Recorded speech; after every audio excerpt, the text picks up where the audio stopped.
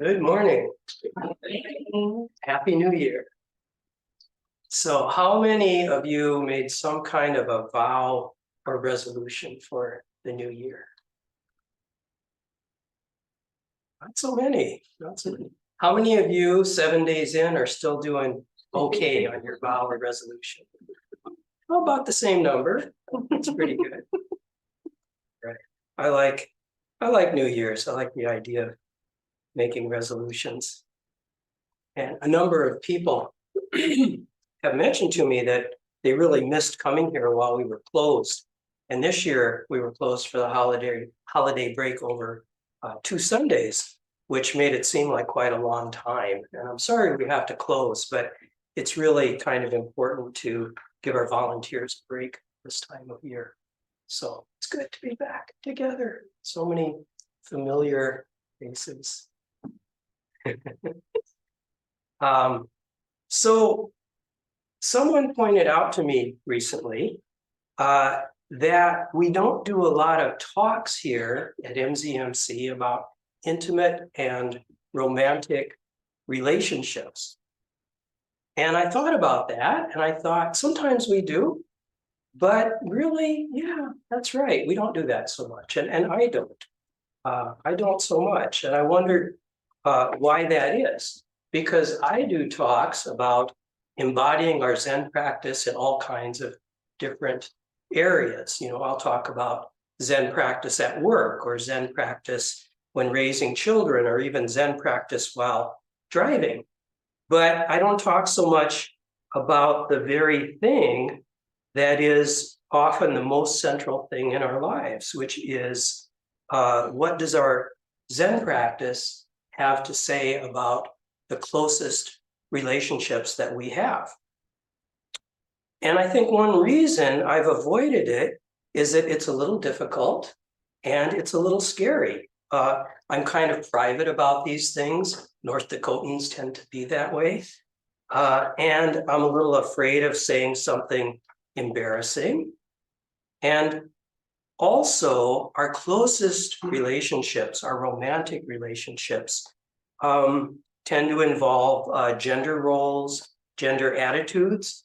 Maybe I'm a little afraid of saying something inadvertently that would be offensive or hurtful, or I might reveal some hidden bias that I have.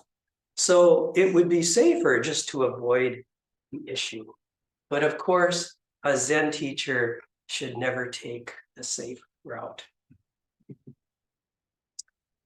So another thing is that I haven't always done perfectly in my own life, and I have a bit of regret about that. When I was younger, much younger than I am now, I'll just admit this, I was so emotionally needy that I couldn't help but put my own interests first. And this could be harmful. And I'm really not like that now. I've changed through years of experience, through years of getting it wrong and then finally getting it right. And also because of my practice. But still, it can be hard to talk about things that kind of bring up that sense of regret. And the person who brought this up to me about how we don't address this topic enough, and by the way, I don't know who that person is because it was a response to an anonymous survey.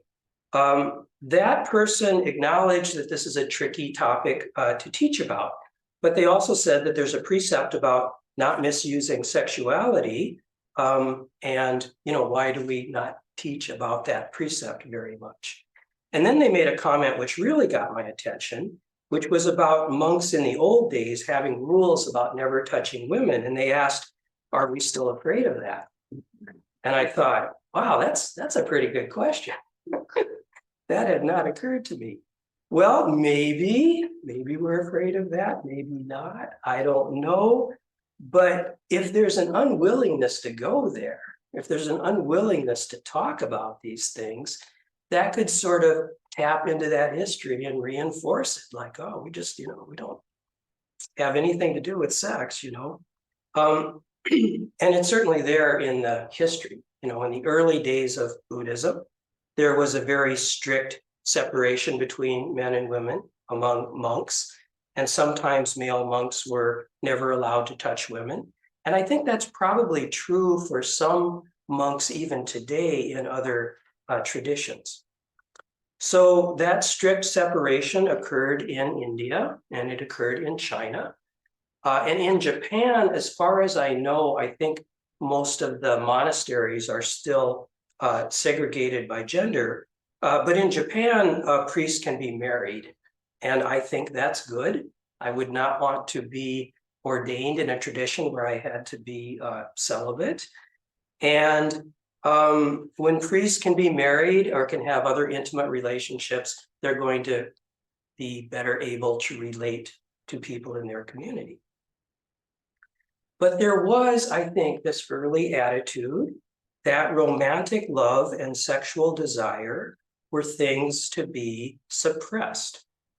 And I think that's consistent with some other attitudes in early Buddhism, pre-Mahayana Buddhism, which is that we must conquer our natural urges, not work with, but conquer and destroy or subdue our natural urges. And this is evident in a lot of writings. It's evident in the Dhammapada, which I'm sure many of you are familiar with. It's a short book of sayings of the Buddha.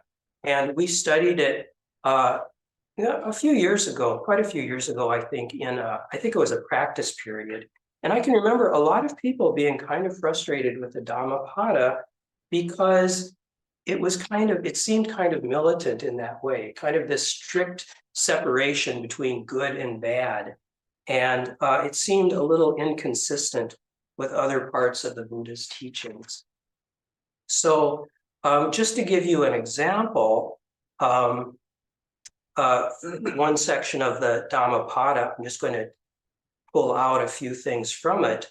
As a fish hooked and left on the sand thrashes about in agony, the mind being trained in meditation trembles all over, desperate to escape the hand of Mara, the tempter. I actually really like that image of the fish thrashing about in agony. It's kind of a nice image of suffering. But it's interesting here that Mara, the tempter, is personified, sort of this personified evil, and Mara is this sort of devil-like figure in Buddhism. Hard it is to train the mind, which goes where it likes and does what it wants. But a trained mind brings health and happiness. Yes, I think that's true. Those who can direct thoughts, which are unsubstantial and wander so aimlessly, are freed from the bonds of Mara. Remember, this body is like a fragile clay pot. Make your mind a fortress and conquer Mara with the weapon of wisdom. Guard your conquest always. And that is the particular line that I remember most vividly from that practice period, because it seemed to go so much against this kind of gentle practice that I had developed. And it seemed to just not work for me to try to make my mind a fortress.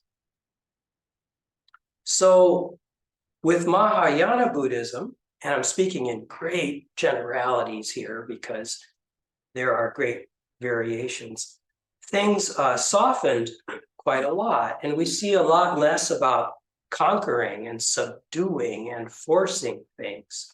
And that includes the desires of the body, but also the desires of the mind, the basic desire of our mind to attach to things. We see less about subduing and destroying that urge and more about kind of working with it and giving your mind, giving your horse a large pasture. And it's true that meditation is about training the mind. But in our meditation, in our teaching here, we tend to be not quite so forceful. It's true that mental discipline and being a little forceful is part of our practice. especially in the beginning, we really need that because our minds are so noisy. We need to really make an effort, bring some discipline there to quiet things down. So we follow our breath. We may be a little tough on ourselves. But as I've said many times, ultimately, that attitude of being militantly disciplined is not enough. And it can even be counterproductive, I think. It just reinforces the sense of the self when we do that. The sense that we have a self that is separate from everything else, and that the self needs to restrain the self, or the self needs to eliminate the self. That just can't happen. That just can't possibly work. The self can't eliminate the self. The self just has to stop talking. Something else has to be invited in that's going to talk louder than the self. So our approach to meditation can be much gentler. And I find as I continue to practice more and more that you just can't force it. And I still occasionally do that. I still get a little frustrated with myself. And I say, Ted, you've got to, be disciplined. Just really buckle down and get tough with these thoughts. And every time I do that, it just doesn't work. I may get to kind of a quieter place, but it seems to take a toll also. It seems to take a toll also. I mean, the best way to be is to just let it come and not hurry. Just let it come. Don't hurry. Don't force it. So all I can really do is ask, what is here now, again and again and again, in a way that doesn't involve the analytical mind and doesn't involve the self always going forward and trying to do things. The self has to step back. So if a thought comes in, I can't try to excise that thought. I mean, you can't do that retroactively, right? The thought is here. You let that thought become your whole world, but not in a thinking way. You do that with your body. I know that sounds pretty vague, but you accept that thought with your whole body. You can feel it. You can feel what your mind is doing and the impact of that without actually indulging the meaning of the thought. So you accept it. You accept where you are with your whole body, and then it's gone. Ooh, it's just this. It's gone. So in Mahayana Buddhism, or at least the way we teach it here, we don't build a fortress. We don't accept the idea of separation that the fortress entails. We don't build a fortress against thought or desire or sex or romantic love or deep friendship. We need to be gentler than that. We have to acknowledge the reality of our lives. So we practice with these things, not against them. And so we bring Zen practice to romantic love, and that is not easy. And in my experience, practicing Zen in the midst of romantic love or with anyone that you're really close to, like your siblings or your children, is probably about the hardest practice of all.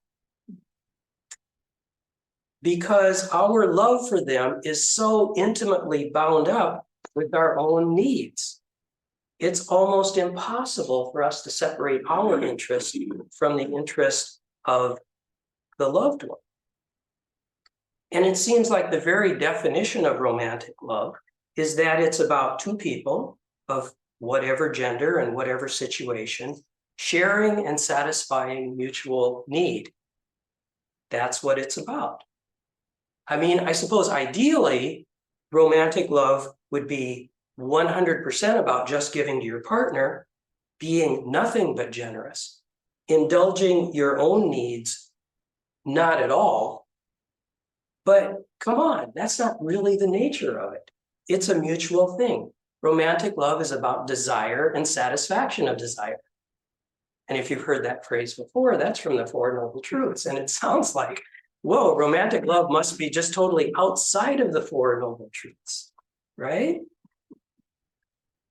So the Four Noble Truths, the most basic teaching of the Buddha, that there is suffering, there is dukkha.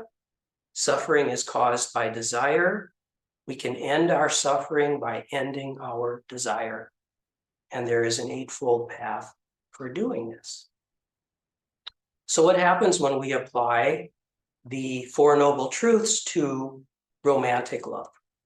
Well, first, there is suffering.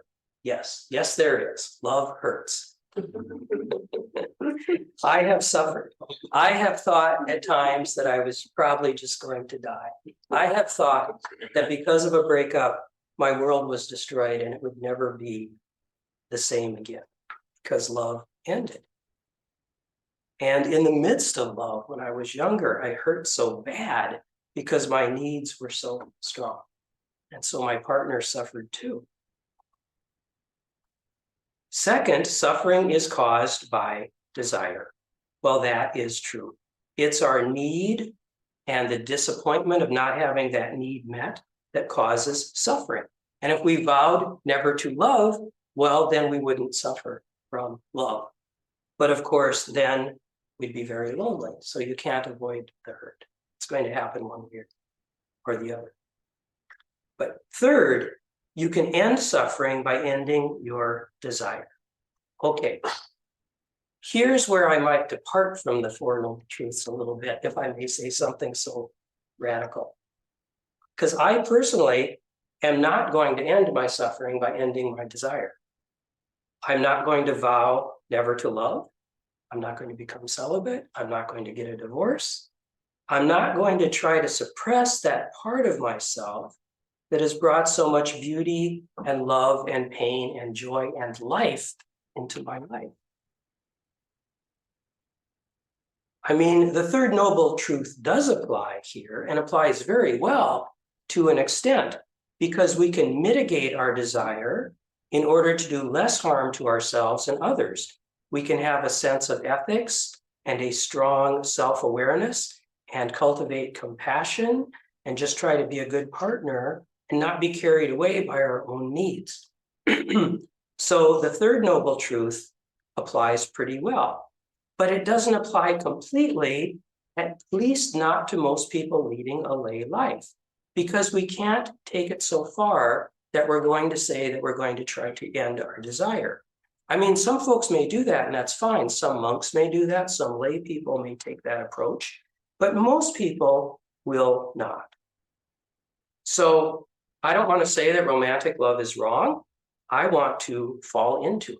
I want to fall into it all the way. And I don't want to feel badly about doing that. And I think this fits Dogen's view, the view of Soto Zen, which I've mentioned so many times. We can get stuck in the world of form, believing that everything is real, that all things have a separate existence. We can be so much in love that we're just sort of blind to interconnections and forget all needs except our own. We can also get stuck in the world of emptiness, believing that none of this is real and none of it matters. So we don't need to engage in it, or we don't need to worry about it, or we can do whatever we want. Or we can go on to the third step, which is being present in this vivid, confusing, juicy life where we go beyond distinctions of form and emptiness. And that's where we practice. We play in this world. C.W. Huntington Jr. in his book, The Emptiness of Emptiness, isn't that a great title? He says, what is false appearance for the average person bound to reified concepts is mere appearance for the bodhisattva. He writes very densely, so I'll read that again. What is false appearance for the average person bound to reified concepts is mere appearance for the bodhisattva. So false appearance, if we're carried away by all of this and we don't see interdependence, it's a big problem.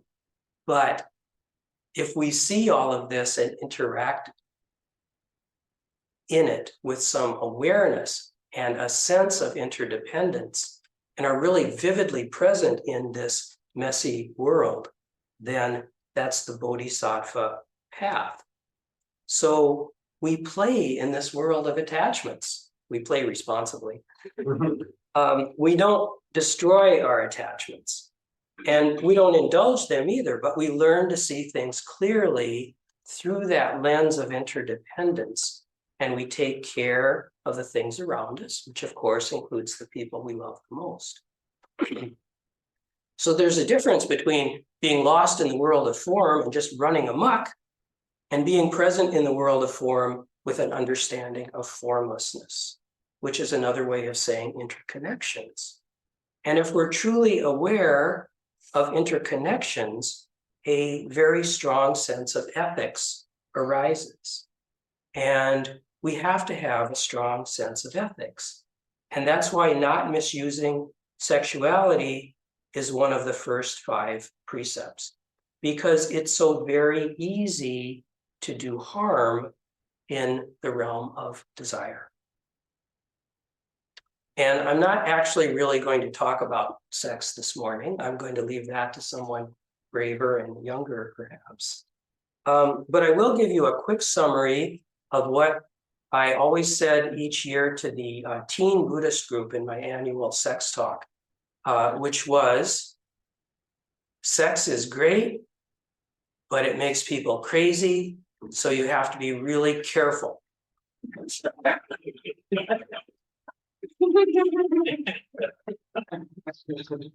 So, yeah, because it's really easy to do harm. And those of you who have come to Zen practice when you're really quite young, I think, are really fortunate to have this practice. And I think you're also fortunate because there's so much more understanding now about how to avoid doing harm in relationships. And young people seem to take that very seriously. I think that's a wonderful thing. Ethics is deeply ingrained in Buddhism. It's absolutely essential to what we do. If you think you're enlightened and that puts you beyond ethics, you are simply wrong. Awakening should make you more ethical, and your ethics should arise from within you, not from a set of rules imposed from the exterior, although we do need those rules as well. And I can't talk about ethics and intimate relationships without acknowledging the harm that occurs in our patriarchal society.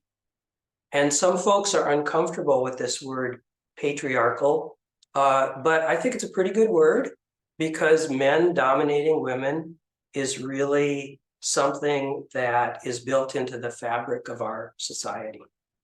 And to be really ethical, we have to take that in, we men anyway, and see how that's true and see what our place is in it. And I'm not trying to shame anyone here. I'm just saying what's true. I didn't make the patriarchal society, but I do benefit from it. And to be ethical, I need to examine that fact. I need to determine what it means. And there's a responsibility to look at Zen Buddhism in this country and our own Sangha. And there are a number of women and gender non-conforming people who are leaders in our Sangha, but there's a little bit of an imbalance too in our teaching group. Our teaching group is more heavily male, and sometimes in participation too, and at certain events. And that isn't something that's unique to MZMC. It happens at many Zen centers. So that's something we continue to look at. And we actually have a couple of events coming up that I'm going to put in a plug for. One is a council process, which is going to be, we do these regularly. The next one is going to be about promoting gender equity and inclusiveness.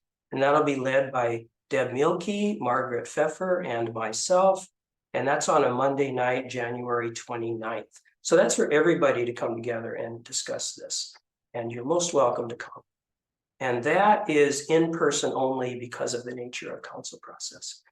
And then we're going to have another gathering called Men Gathering for Gender Equity. This will be the first time we've done this, and it is designed for men who want to enact the Bodhisattva vows by working for a world where there is equal inclusion and equity for people of all genders. So that will be led by Ben Connolly, and that will be on February 26th, which is also a Monday night. So I am really looking forward to those things. And before I finish, this is not going to be a really long talk. I just like to talk a little bit about how we can be respectful and ethical in our romantic relationships. I may not be the best person to talk about this. I grew up in an era when attitudes about this were pretty bad. It's been a long time since I've dated. On the other hand, I've got a lot of experience and I've made lots of mistakes to learn from. And I've ended up in a place which is, I think, really, really great, better than I could have imagined. And part of that is because of my partner. Well, probably about all of that, but she's very generous and kind. Part of it is my experience. And part of it is my practice. It has really helped. I'm much more likely to be attentive to my partner's needs when I've been engaged in more formal practice. So one thing is, I have learned, you have to be so careful about what you say. This is like right speech squared, or maybe cubed, because we may be likely to just say something, more likely to say something quick and hurtful with our partner than we are with anyone else. That's because we're so familiar and our needs are so tied up with them, and we let our guard down so much when we're intimate, and it just pops out. We'd never say that to, somebody here at Zen Center, but we do that. So, and it's easy to get kind of riled up because of need and desire. So be ever so careful. Don't say things that you later want to unsay. Listen to that little voice. Sometimes there's that little voice. It's so subtle. It's like, you sure you want to say that?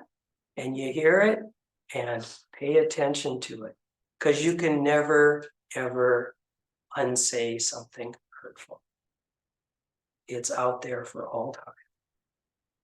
So if you see that you're getting to that point where you might indulge in some hurtful talk, try to just stop.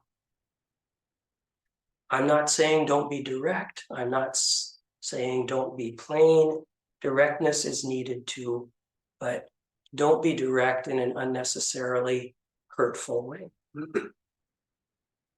Another thing is really give your partner a lot of room. Trust them. The more room you give them, the better it'll be.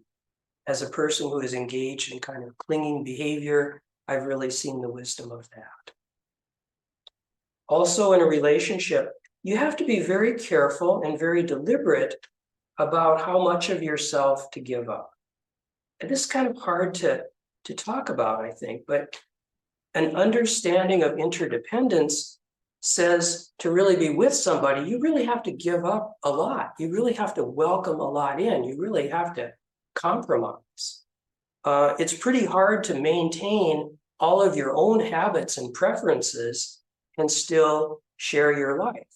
And for me, because I'm in a deep relationship, I feel like I give up about half of myself, and I am happy to do that. I am happy to let about half of myself be defined by another person. But that's a lot. That's a lot. And of course, you have to be careful and not give up too much of yourself. And you have to have the wisdom to surmise how much of yourself it is healthy to give up. So you hold something back.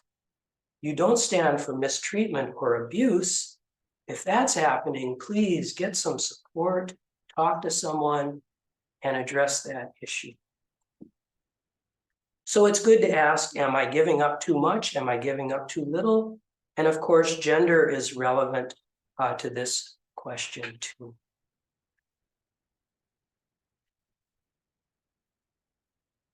So close, loving relationships are great. Some people are in them, some people aren't. Some are in them or not in them by choice. Some wish things were different. Some folks conclude that being in a close relationship is not for them, or maybe not for them in a certain part of their life, and that's just fine. For those who haven't made that conclusion, I kind of urge people, if it comes up, to kind of, get out there and give it a try. I met Kathy online, actually, it was on eHarmony. This was 17 years ago, and eHarmony may have changed since then, but it was really good. It really worked. She was like the first person to pop up because we were like so compatible. Give you a test, kind of to see what you're like. And then they have this sort of gradual way that you contact each other. And it really worked. It was great. And so I've encouraged other people to do that. I know of one person who took my advice and found a partner that way. So it's not easy to get out there. It's scary. You may get rejected. You're very likely to get rejected. You have to kind of steel yourself, Maybe you steel yourself, or maybe you find some lightness and humor, and that can help you a lot. But there are so many wonderful people out there. And don't settle for someone who treats you badly. You are Buddha. You are Buddha. Find someone who sees the Buddha in you. Find someone in whom you can see the Buddha. So let me summarize. The Zen view of romantic love, at least as I see it, is do not try to destroy desire, accept it and work with it. Use your practice to develop self-awareness and compassion, and to cultivate a strong sense of ethics in order not to do harm. So loving relationships are not outside of our practice, they are our practice. And now I'd like to hear from some of you, if anyone would like to speak. Either someone online. If you're online, I guess probably the best thing is to raise your hand. And in the room, well, same thing. Ginny. Thank you so much for broaching this topic, Ted. I'm really grateful that you gave this talk today. And I am looking forward to hearing more on this topic in the future, because I feel like there's just a lot to explore here. One thing that comes to mind, and I don't know if you feel like you can briefly address this today, but maybe in some future talk too, or if you feel like addressing it just now. For a lot of people, for me anyway, and I think for a lot of other people at Zen Center, we may have partners who do not practice Zen or who do not meditate. I feel very fortunate that my partner is pretty simpatico with this practice and supports me, and we have little Zen jokes together a lot, and that's helpful to me. But I wonder, as in American Zen, we're generally leading a lay life. A lot of people have this experience where they're in a romantic relationship with someone who does not share their practice. And I wonder if you have any thoughts about how that can be fruitful or challenging, or how you have managed that in your life. Thank you, Ginny. I'll try to restate that for the people online. Could you hear all of that online? Raise your hand if you heard it really pretty well. Well, it sounds like everybody heard that. Okay, so the question, after saying that it would be good to address this question more around here, the question was about those of us who have partners who don't practice Zen. And that's a pretty good question, because if you have a partner who practices Zen and you practice Zen together, that is just wonderful. But that's not the situation for, I would say, the majority of people. It's not my situation. My wife does not practice Zen. She's very supportive of what I do, which is wonderful, and I'm lucky in that respect. I guess I try to really respect those boundaries and to meet my partner where she is. She's really interested in what I do here. She's interested in many ways, but not quite as much in the spiritual aspect. She's kind of interested in sort of the career aspect of what it's like to be a guiding teacher. So we talk about that, and that's really great. And she comes here sometimes and she loves the folks here. And she always tells people what a wonderful group we are. But I kind of respect those boundaries and, don't try to impose any sort of topics that are not really welcome. And how to practice, I think respecting boundaries is one thing. And also, I think if you can introduce your partner to Zen Center in a way that kind of meets them where they are. Because what we do here is pretty unusual, pretty weird. And so if you can find a way to kind of reduce the weirdness of it, maybe bring them by to a friendly event, like one of our family events, to something like that, or just bring them by to show them around and share with them the many aspects of our community, because it's not just about talking about Zen. We're just like any church in the Twin Cities, we're a community. We've got all of this stuff going on. We can share those things as well. And so, yeah, that's what I can think of. Perhaps other people have ideas on this as well. So thank you, Ginny. Anyone else? Yes, Leslie. Thank you for your talk. Really enjoyed it, Ted. As someone who has not been in a romantic relationship for a while, the last long-term romantic relationship I was in, I was very active in my spiritual life, not in Zen, but meditating, and I was doing the work of Byron Katie and just a lot of internal work. And he was a great, fertile opportunity to do all that internal work. And I found it to be really valuable that way, even though there were a lot of things, because he wasn't involved in a spiritual path, conscious one anyway. There were a lot of opportunities for me to look at myself on my expectations and my reactions and all of that. So I find romantic relationships hold a really special place for growth in some of those areas, and to do shadow work, to see the shadow of yourself coming out when they don't meet your expectations. But right now, where I'm seeing a lot of that is with my kids. You talked a little bit about that. And I'm real involved in their lives and in my grandchildren's lives, which is wonderful. But it is, again, it's an opportunity to see where I'm not being Zen or not, I'm engaging in my desires rather than what is. And when you started to talk, it reminded me of Ram Dass's thing, his saying that if you think you're enlightened, just go spend a weekend with your family. Yeah. When you spend everything with your family, it's quite an interesting experience. So anyway, since we've all just had, probably many of us have had weekends with our family over the last month, or time with our family. And I did. It was good to see where I could practice. And I think it's important too to look at, for me, it's important to look at how I've improved in some of those areas where I'm not reacting and I'm rather sitting and listening and then acting from that place. So again, thank you for your talk. I think it's a great opportunity to look at our practice. Yeah, thank you. That was a great comment, and I can't repeat it all for the online audience. But one thing you mentioned was doing internal work about relationships, and also doing internal work like not from a Zen point of view, right? And you mentioned one particular Byron Katie. Yeah. That's a lot of internal work in relationships. Yeah, right.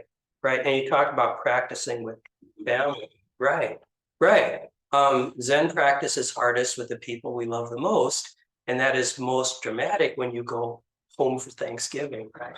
Home for Christmas, not for everyone, but for a lot of people, like, you have to kind of steel yourself before you do that, because it gets complicated. All right, thank you.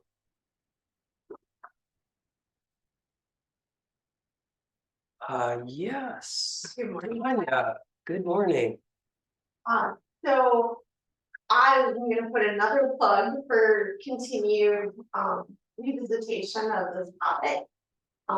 When you first introduced your topic and what you were gonna talk about, my mind immediately had like specific things. Oh, he might talk about this, he might talk about this.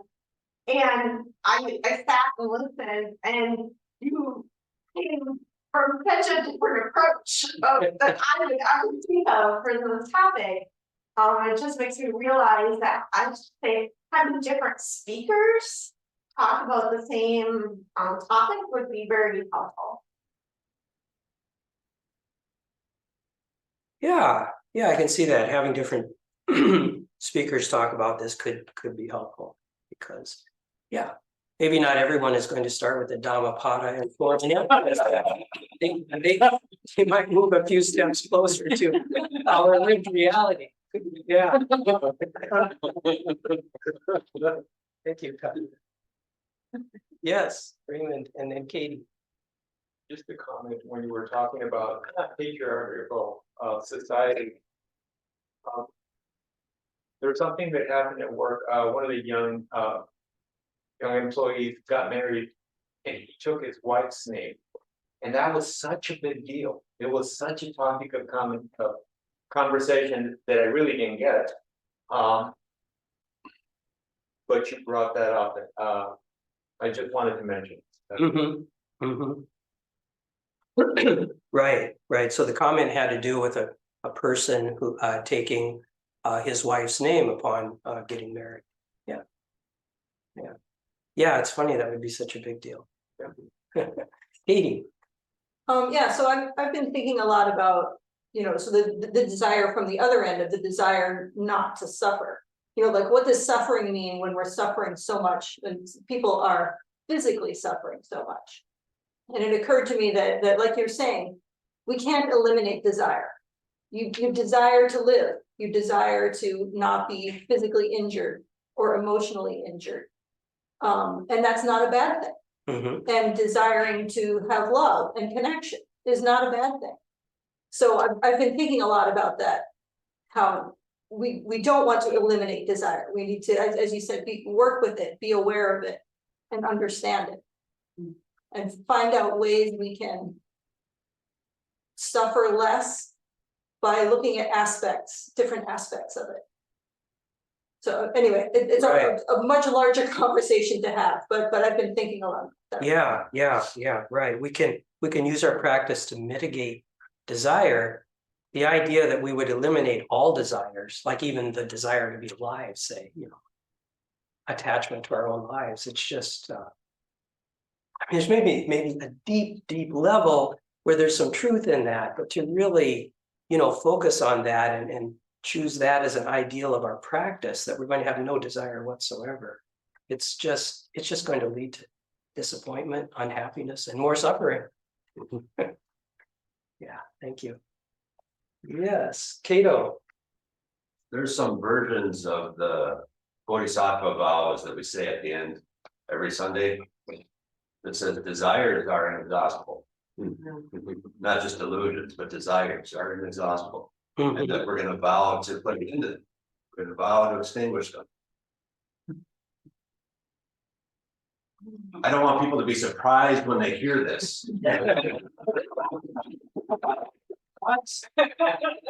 We were just talking about that. I gotta put it in. What? I don't get it. Yeah, don't be surprised and put it all into this context that you've been weaving. Yeah. So we chant here, we vow to extinguish desires. And Cato was saying, I don't want people to be surprised when they hear that. And basically, yeah, there is this larger context. I mean, the things I've talked about that we should keep in mind. We should remember that the Bodhisattva vows are impossible. And take a realistic attitude toward them. Thanks, Cato. Yes.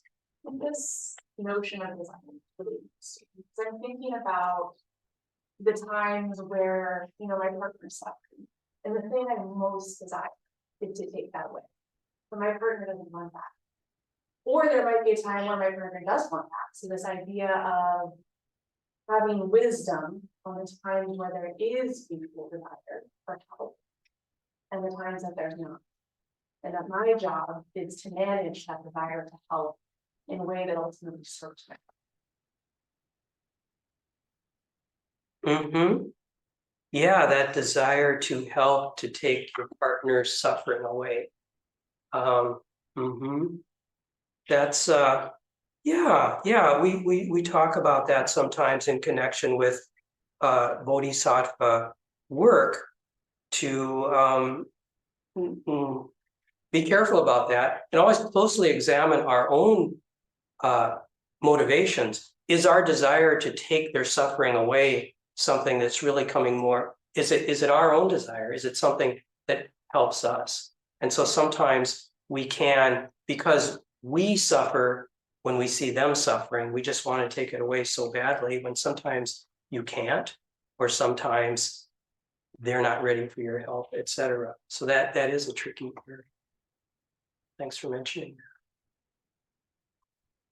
Yes. Hi, Hi. thank you so much. I'm so happy you talked about this subject. It's one of the reasons that I've always held off devoting myself to the practice, I'll be honest with you. It took me a very long time. I've been coming here for 3 months, and I think I got to the point because, you know, I've always been interested in it, and but because I'm queer and I'm transgender, and I didn't come out until I was like 38. You know, it's like the idea of having to eliminate certain things about myself is very threatening. But it's like grow older, and I've been this way for, you know, 16, 17 years, really not that important. My gender isn't important. And it's a very non-dualistic thing. Kind of don't think about it. It's like the color of my hair. Yeah. And my partner, you know, I've been with him for 15 years. It just is. Yeah. Where the suffering comes in is, you know, we're lying in bed last night on a new house. We just moved here. And our neighbor, he's about our age and he's all alone. And my partner was like, you know, it's really sad to be all alone. And I was like, well, maybe he's happy being all alone. And he was like, my partner said, well, I don't like to be all alone. And I don't like to be all alone either. And basically I said, but eventually one of us will be alone. And that's the hard part about intimacy. You know, it's opening ourselves to the fact that eventually one of you will be alone. Yeah. Yeah. Yeah. Well, eventually, yeah, I'll just repeat that. It's a very hard thing about having a partner, knowing eventually that one of you will be alone, and that's part of the great risk, you know, when we fall in love. It just you open yourself up so much, but I don't know, that's life. That's what we do, isn't it? Better to have loved and lost. Yeah. Yeah, and I think, yeah, well, I'll stop with that. So, okay, Leo, and one person online. then one person online, and then we'll probably have to wrap it up. Leo. I think sometimes religion gets in the way of the continuity of the species.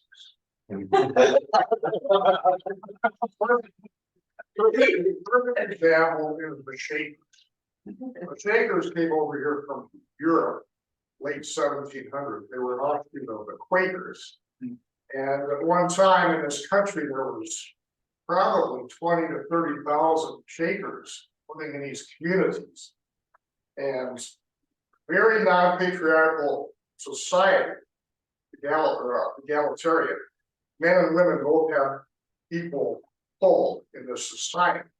But no sex. Oh, Everyone had to take a vow of celibacy. Well, I know one thing, if you want more the Shakers to continue, you have to start having a little shaker. right.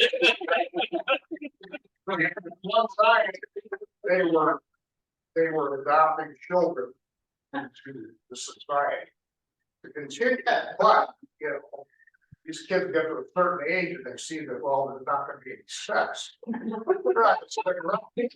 Right. They make good furniture. They can't continue this religion.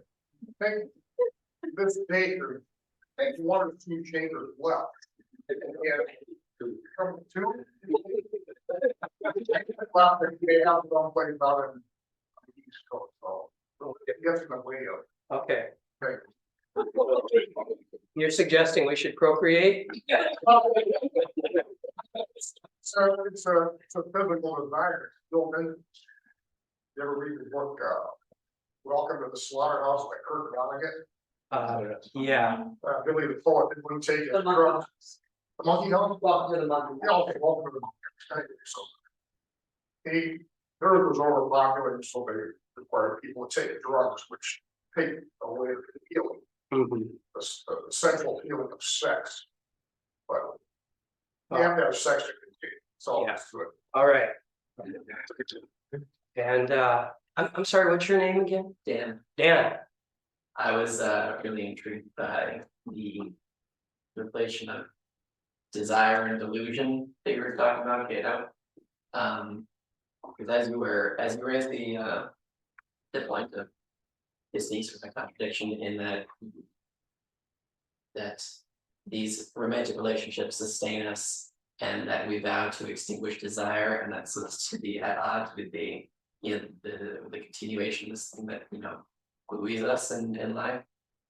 But I was reading it even as we were talking, as extinguishing the desire for my partner to be anything that she is not or cannot be. And that really maps really well onto delusion. Like what we're really trying to extinguish is not desire, it's the desire for her to be anything she's not. And that really is just delusion, extinguishing the delusion that she is anyone other than who she is. Right. Very good, thank you, Dan.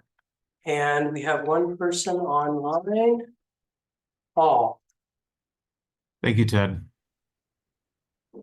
I often find that, I'm so emotionally detached from others that, I don't really find myself feeling like, feelings of love very much anymore. I mean, oftentimes I just feel like it's just more of a fantasy that people indulge in, and I myself am a little bit guilty of it, but I think, partially it stems in one way from my autism, but also, from a crush that I had on somebody in high school that ended pretty badly.